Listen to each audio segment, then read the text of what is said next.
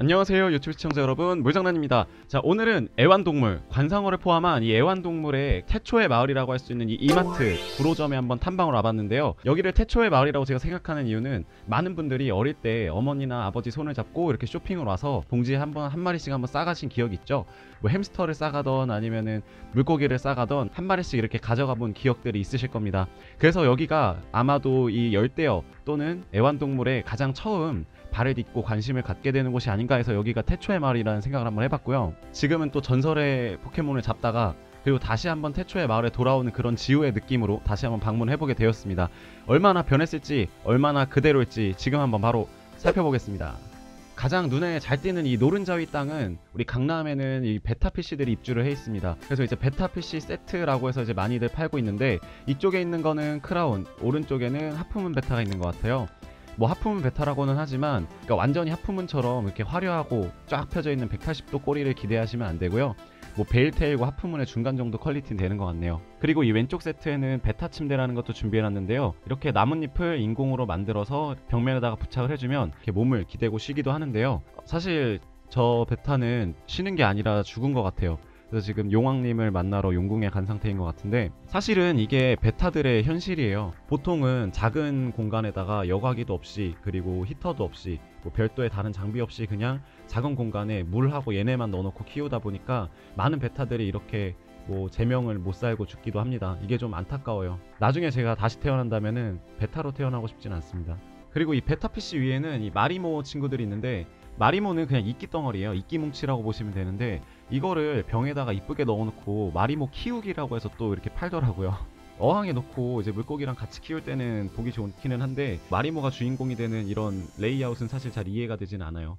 뭐 이쁘고 사람들이 좋아하면은 그만인 거겠죠. 네, 본격적으로 이제 물고기들이 전시되어 있는 이 전시장에 왔는데요. 딱 드는 생각은 이 태초의 마을이 그나마 좀 발전을 했어요. 예전에 비하면은 수조도 좀 늘어난 것 같고요. 뭐 종류도 많아진 것 같아요. 그러면 어떤 종류들이 있는지 하나씩 한번 살펴보시죠. 첫 번째로 눈에 띈 고기는 제가 가장 좋아하는 종이기도 하죠. 이 구피 친구들인데요. 블랙 구피, 블루 네온 구피 뭐 이렇게 적혀 있어요.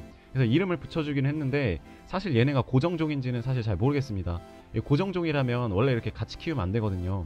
같이 키우면 고정이 풀려요. 그러니까 사자랑 호랑이랑 키우면서 호랑이만 나오고 사자만 나오고 하기를 바라면 안 되겠죠. 그럼 라이거가 나올 거 아니에요. 그래서 얘네들을 분양받으시고 계속 이 모습, 이 그대로 키우고 싶으시다면은 다른 구피들, 다른 종인 구피들을 섞어 키우지 마시고 얘네 단일종으로 키우시기 바랍니다. 고정종이라면은 계속 같은 종이 나올 거예요. 근데 여기 보니까 또 코브라 무늬를 가진 옐로 계열의 구피도 같이 있습니다.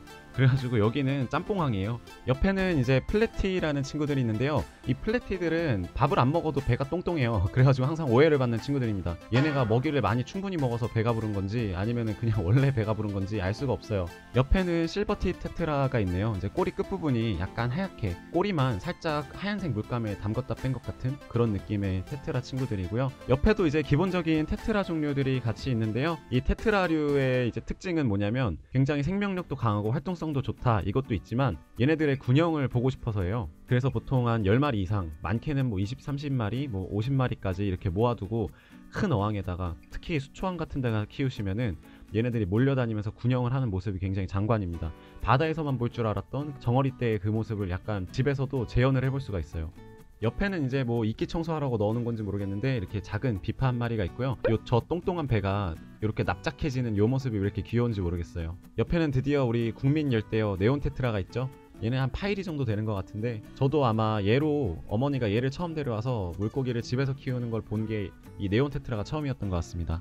그리고 이쪽에는 이제 엔젤피쉬들도 있는데요. 이 엔젤피쉬는 지금까지 본 다른 뭐 여기 테트라라든지 구피류보다는 약간 난이도가 있는 편이기는 해요. 생명력 자체가 약하다기보다는 얘네들끼리 좀 자주 영역 다툼이 있는 편입니다. 특히 얘네들의 진짜 매력 포인트가 위아래로 쭉 뻗은 저 긴 지느러미잖아요. 남이 이쁜 거를 못 참는 건지 유난히 또 그 지느러미들을 같이 자주 뜯습니다. 지느러미 때문에 이뻐서 데리고 온 건데 또 자기네들끼리 그 장점을 없애버려요. 그래서 되게 웃긴 친구들이고요. 이 옆에는 이제 알록달록한 시클리드 친구들이 있죠. 얘네들의 특징은 뭐냐면 이름이 되게 단순합니다. 이 하얀색 물고기가 백설공주라는 이름을 가지고 있고요. 이쪽에 보면은 다람쥐, 여기 보면 바나나 뭐 이렇게 있습니다. 요즘에 열대어들이 점점 네이밍들이 복잡해지고 있어요. 뭐 아종이 생기고 또 개량종이 생기고 이렇게 계속 종들이 많아지다 보니까 한도 끝도 없이 이름들이 늘어나고 있습니다. 이 친구들은 진짜 단순하고 명료해서 좋아요. 다람쥐, 다람쥐처럼 생겨서 다람쥐. 바나나 같은 색깔이어서 바나나, 백설공주가 생각나서 백설공주. 이름 되게 좋지 않습니까? 확실히 지금 한번 두루두루 살펴보니까 이 태초의 마을이 어느 정도 더 발전이 되긴 했지만 어쨌든 그 태초의 마을에서 벗어나지는 못했습니다.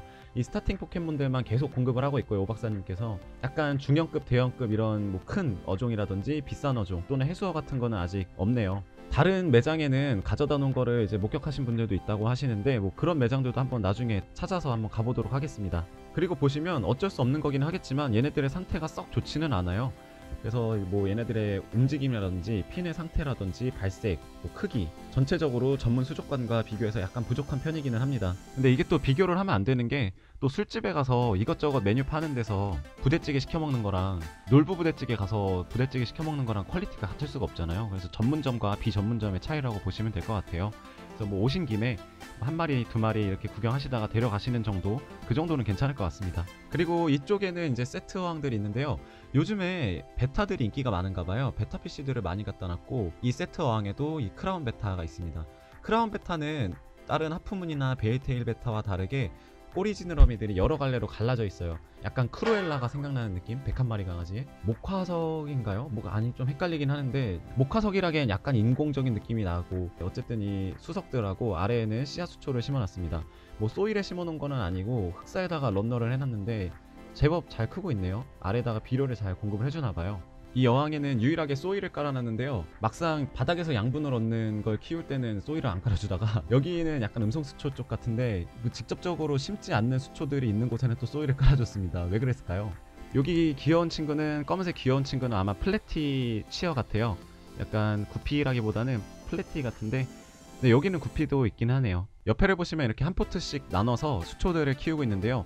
나름대로 이산화탄소 공급도 잘 해주고 있습니다. 이거는 화학이탄이라고 해서 약품을 섞어가지고 이산화탄소를 발생시키는 이 화학이탄이고요. 이제 리필용으로 이제 다시 약품을 다시 채워주고 충전을 해줘서 사용하기도 하는데요. 수명이 오래가지는 않습니다. 그래서 큰 어항에 오랫동안 사용하실 분들은 고압이탄이라 그래서 아예 분배라고 하죠.